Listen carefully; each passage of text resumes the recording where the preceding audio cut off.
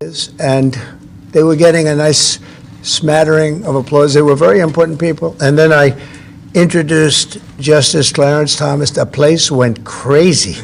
And it was then that I realized that you are a very popular guy and respected guy. So thank you for being here. It's an honor and a great honor for Pam. Thank you very much. Pam was a career prosecutor for nearly 20 years and was one of the toughest and smartest and best and most successful attorney generals in the history of Florida.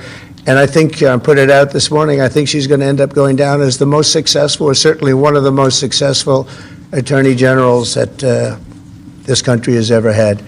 I really believe that. I know her well. A lot of people in Florida, if you're in Florida, you know her well, and it was all good. It was never a problem, no problem.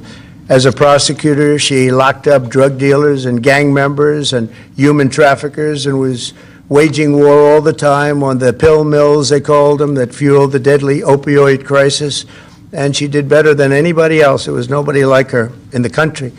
She also won over $50 billion in lawsuits for the victims of financial fraud and devastating Deepwater Horizon oil spill, which was brutal, and she was the leader of that whole deal, getting that people taken care of. As Attorney General of the United States, Pam has a historic and urgently needed task ahead of her, and probably there's never been a time, Clarence, that's more important than right now. We went through 4 years of not such good work in many ways, not just with the president, at other levels also with the president, obviously.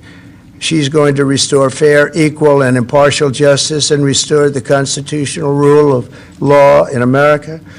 She will lead the Democrats. You know where they're going to, at least she's going to lead them right down, but I think she's going to be as impartial as you can possibly be. I know I'm supposed to say she's going to be totally impartial with respect to Democrats, and I think she will be as impartial as a person can be.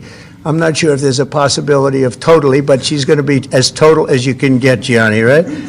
But she's going to be fair, and she'll lead the Department of Justice in crushing violent crime, demolishing the gangs, which are all over the place. If you look at New York, if you look at Chicago, if you look at Los Angeles, which is half burned down, unfortunately, because they didn't have the water and they didn't have what they were supposed to have.